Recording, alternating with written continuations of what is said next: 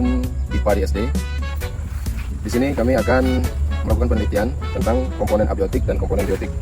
Sebelum itu perkenalkan kami, saya Purnama, dan di sebelah kanan saya Sandra Miranti, saya Raselia, saya Riti Aryani, saya Putri Wulandari, saya Satria. itulah merupakan kelompok kami dari kelompok 3 yang akan melakukan penelitian pada hari ini. Terima kasih. Jadi, ekosistem adalah suatu sistem yang terbentuk karena adanya hubungan timbal balik antara makhluk hidup dengan lingkungan hidup, dan di antara keduanya tidak bisa dipisahkan. Tujuannya untuk membandingkan komponen-komponen yang terdapat pada ekosistem barat alami dan buatan.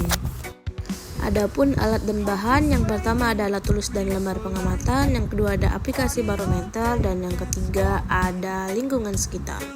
Ekosistem terdiri atas komponen biotik dan abiotik. Komponen biotik terdiri dari produsen atau tumbuhan, konsumen atau hewan, serta dekomposer atau pengurai. Sedangkan komponen abiotik terdiri atas bahan organik, dan iklim. Ada dua jenis ekosistem, yaitu ekosistem alami dan buatan. Contoh ekosistem alami adalah hutan, padang rumput, gurun, dan gunung. Sedangkan ekosistem buatan adalah sawah, taman, dan kebun. Ekosistem darat alami yaitu hutan.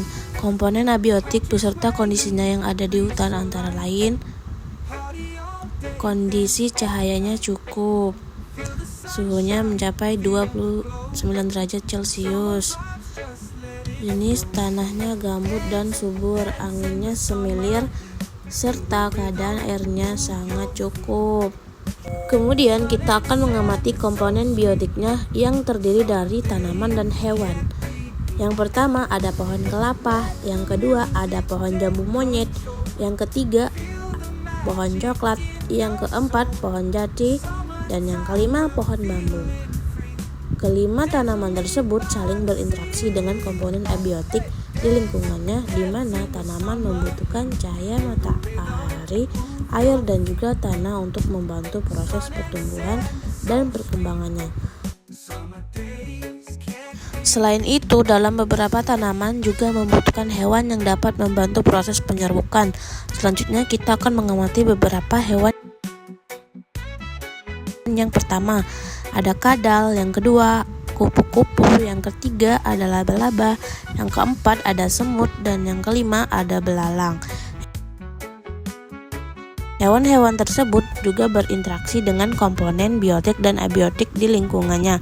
Mereka membutuhkan air, oksigen, dan makanan untuk terus bertahan hidup dan berkembang biak. Dalam hal ini, tumbuhan sebagai produsen dan hewan sebagai konsumen. Selain itu, terdapat juga dekomposer atau pengurai. Mereka adalah makhluk hidup yang memperoleh dengan cara menguraikan sisa-sisa makhluk hidup yang sudah mati. Nah, di dalam ekosistem hutan ini, pengurai yang ditemui yaitu jamur, bakteri, dan cacing. Selanjutnya kita menuju ekosistem darat buatan yaitu kebun. Komponen abiotik yang akan kita amati meliputi cahaya yang sangat terik, suhunya 30 derajat Celcius, tanahnya sedikit lembab, dan airnya yang cukup banyak, anginnya juga cukup semilir.